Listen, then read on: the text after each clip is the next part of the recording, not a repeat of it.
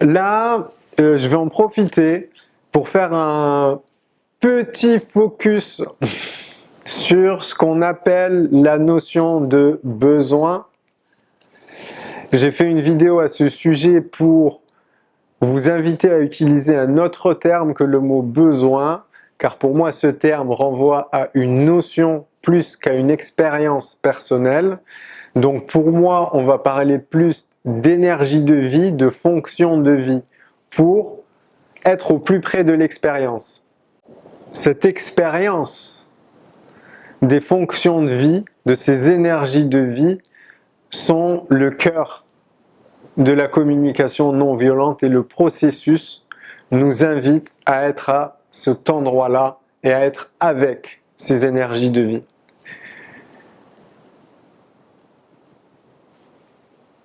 Et en étant à leur contact, quelque chose va se déployer naturellement. C'est difficile à l'expliquer. Je pourrais en parler, je pourrais vous dire de quoi il est question. Être avec la paix, être avec liberté, être avec soutien, être avec lien, être avec. Je peux vous en parler. Tant que vous n'en avez pas fait l'expérience corporelle de la connexion à ces énergies de vie, ça va être un concept. Et c'est pour ça que faire des stages, aller en atelier avec des personnes qui vous font goûter l'énergie de vie, ces fonctions de vie, est essentiel dans le processus. Et vous allez remarquer qu'énergétiquement, il se passe quelque chose dans votre corps qui est différent de ce qu'on a l'habitude de vivre. Et donc cette connexion à ces énergies de vie fait quelque chose où on n'a pas de doute quand on y est connecté, ou quand on est en présence avec ces énergies de vie. Je ne vous demande pas de me croire, je le répète souvent, je vous invite à le pratiquer par vous-même et de voir ce que ça fait chez vous. Moi aujourd'hui, je peux être juste le témoin de ce que ça fait chez moi. Je sais que d'autres personnes le vivent, donc je vais être le relais de ça aujourd'hui. Et pour moi, ça va être dans cette idée du processus tel qu'il est présenté aujourd'hui, où on invite donc à faire l'observation, d'être au contact de ces sensations corporelles pour ensuite vivre la connexion à ces énergies de vie, fonctions de vie. Et il est largement diffusé qu'après cette étape, on passe à la demande ou la mise en action. Il y a certaines caractéristiques pour cette demande. Elle doit être connectée aux besoins, dit au présent, réaliste, réalisable, tout un tas de caractéristiques qui va nous soutenir dans l'expression et la manifestation de ces énergies de vie et ces fonctions de vie. Pour moi, il y a besoin d'être attentif à quelque chose de très important. C'est que déjà, l'expérience des énergies de vie, on va prendre le temps nécessaire pour vivre cette présence. Je vois malheureusement trop souvent des personnes qui pratiquent et qui à un moment sont au contact de ces énergies de vie et de suite on passe à autre chose, à la demande ou je sais pas quoi. Cette connexion aux énergies de vie, elle est précieuse et elle nous, j'ai envie de dire, en puissance. Je ne sais pas si c'est vraiment le bon terme, mais en tout cas, ces énergies de vie se manifestent à travers nous et quand on leur laisse la place, il se passe quelque chose. Donc, pour moi, si la communication non violente, son cœur, c'est cette connexion à ces énergies de vie, restons avec, prenons le temps qu'il faut pour rester avec. Ça peut ressembler à une forme de présence où, ok, tiens, je parle de mes émotions corporelles, tiens, je suis attentif à ce que ça fait, et à un moment, je suis au contact de ces énergies de vie. Et quand je suis au contact de ces énergies de vie, je prends le temps d'être avec. Et on prend le temps.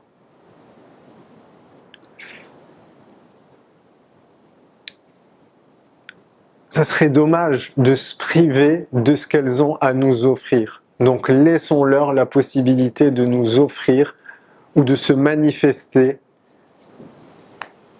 en nous. Pour nous, à travers nous, pour le monde, pour ce que vous voulez. Ces énergies de vie sont beaucoup plus créatrices et ouvrent un champ d'intuition beaucoup plus grand que ce que le mental est capable de faire. Le mental ne peut faire qu'à partir des expériences passées ou d'expériences qu'il a connues, soit personnelles, à travers les autres, à travers des bouquins. Ces énergies de vie ont un champ d'action beaucoup plus grand que le mental. Et c'est là où c'est, pour moi, magique, c'est que ce processus de la communication non violente révèle ces énergies de vie et permet à ces énergies de vie de se manifester.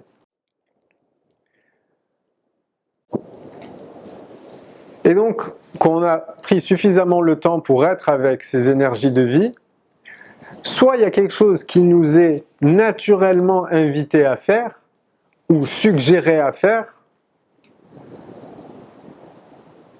soit il n'y a rien.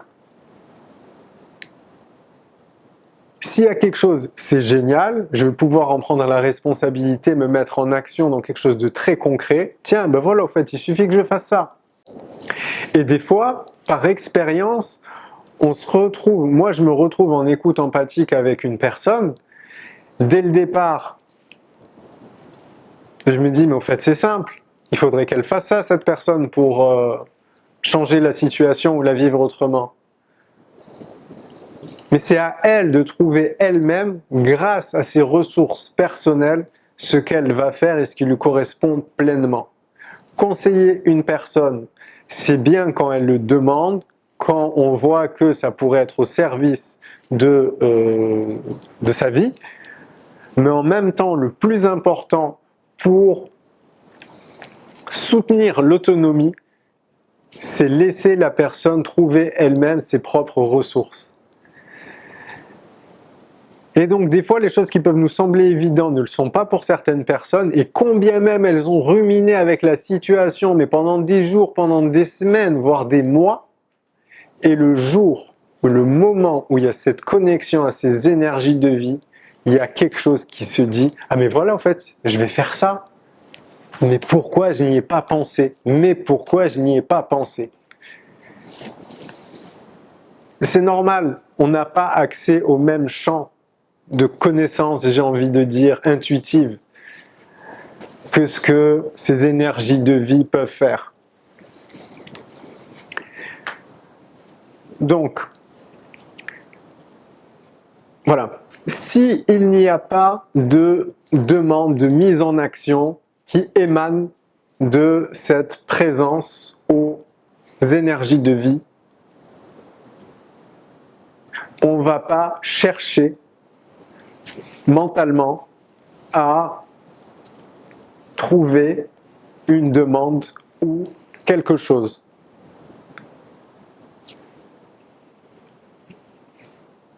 On va laisser la vie faire ce qu'elle fait.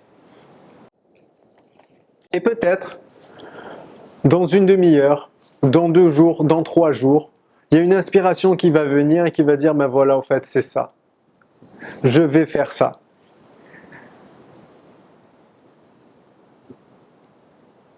Donc vraiment, soyons attentifs et laissons la vie faire ce qu'elle fait. Dans le cas où il n'y a rien qui nous est inspiré à faire ou à mettre en place, moi, ce que je vous invite à faire, c'est de ne pas chercher quelque chose de mental pour vous vouloir nourrir un besoin. Il n'y a rien à nourrir. La vie, elle est telle qu'elle est. Elle n'est pas en manque. Elle n'est pas en plein. J'ai fait une vidéo aussi à ce sujet-là. Laissons la vie faire ce qu'elle fait. Ayons pleinement confiance en la vie. C'est sûr qu'en fonction d'expériences personnelles, avoir confiance en la vie, c'est difficile. Mais en tout cas, pratiquer ce processus va vous inviter à découvrir de nouvelles manières de faire avec la vie. Ça peut sembler un peu perché ce que je raconte, mais en même temps, ce que la vie va vous inciter à faire, c'est vraiment quelque chose de concret. C'est magique, mais en même temps, c'est connecté à votre réalité, à ce que vous vivez dans l'instant. C'est pas je vais me mettre en méditation et je vais me retirer, je vais méditer et je me retire de ce monde. Non, non, la communication non violente nous invite pleinement à être dans ce monde et à vivre ce monde. Donc, si il n'y a pas de suggestions, de mise en action qui émanent de cette présence aux énergies de vie, ne les cherchons pas mentalement et laissons faire la vie. Dans 3 heures, dans 1 heure, dans 3 jours, à un moment, il y a quelque chose qui va venir naturellement et qui va dire « mais ok, je vais faire ça ». Laissons la vie nous inspirer ce que nous devons faire. Pour moi, c'est aussi quelque chose de super important de prendre le temps avec ces énergies de vie. Et s'il n'y a pas de demande de mise en action immédiate, ça va se faire. Ça va se faire. Et si ça ne se fait pas, revisitez, revivez le processus et voyez ce que ça fait. Pour moi, dans ma vision, la vie s'occupe d'elle-même. Les fonctions de vie de reproduction des plantes, des arbres, des animaux existent. Ça se fait.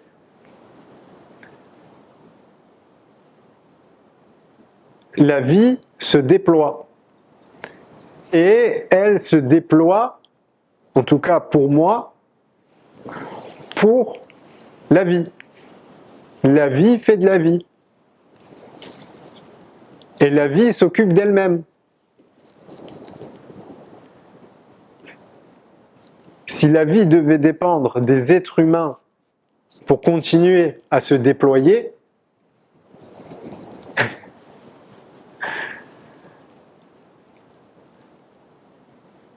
ça ne marcherait pas. Dans une histoire où l'être humain serait responsable de la vie et de je ne sais pas quoi. La vie s'occupe d'elle-même. Donc ce que vous vivez en vous, c'est de la vie. Et à partir du moment où vous laissez la vie œuvrer pleinement, laissez la vie être, elle va se manifester. Et on n'a pas de jugement à avoir sur comment elle se manifeste. La vie, c'est la vie. La souffrance fait partie de la vie. Les joies font partie de la vie. La vie, c'est toute une couleur d'expérience. Et on n'a pas à juger ça, on n'a pas à éviter la souffrance. Si on évite la souffrance, on évite de vivre. Combien de personnes ne veulent pas être en couple ou mettent des barrières pour vivre le couple parce qu'elles ont peur d'être déçues. Et se privent de fait de vivre l'expérience. Donc je me protège pour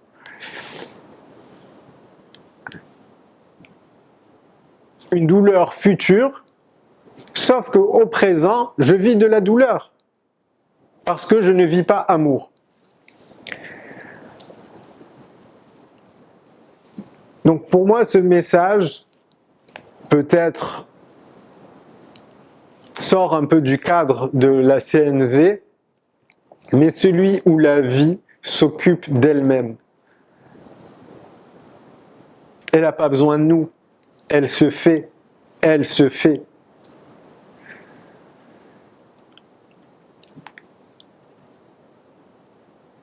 Donc, cette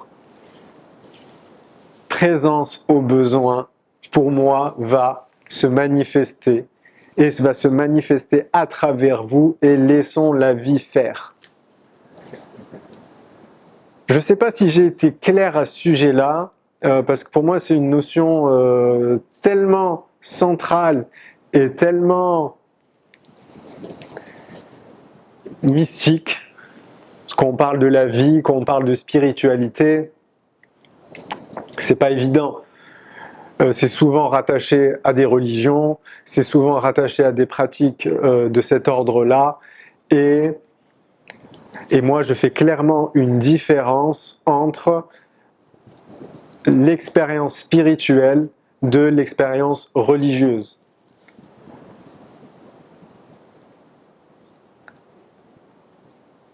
Il n'y a pas à croire ni à Dieu ou pas croire en Dieu. Le sujet, il est même pas là. Le sujet, pour moi, c'est vivre la vie. Et moi, de l'expérience que je fais, c'est que cette vie se manifeste à travers une espèce de mécanisme organisé d'une certaine manière qui fait que je me dis, c'est quand même magique. C'est quand même magique, c'est quand même magique. Donc moi, c'est cette expérience de la vie et cette connexion à cette magie qui définissent un peu ma forme de spiritualité. Et cette spiritualité, j'ai envie de la vivre et je la vis dans ce monde. Je n'ai pas envie, moi, chacun vit la vie et le programme que la vie a pour lui, et je n'ai pas de jugement là-dessus, mais moi j'ai envie d'être dans ce monde, pleinement dans ce monde. Moi j'adore être au contact d'êtres humains, j'adore co-construire, j'adore changer, transformer, être créatif. Et la communication non violente m'aide clairement à ça. Merci de m'avoir écouté. J'aimerais avoir vos retours sur ce sujet pour peut-être mieux le préciser la prochaine fois ou autre. Donc voilà, merci beaucoup.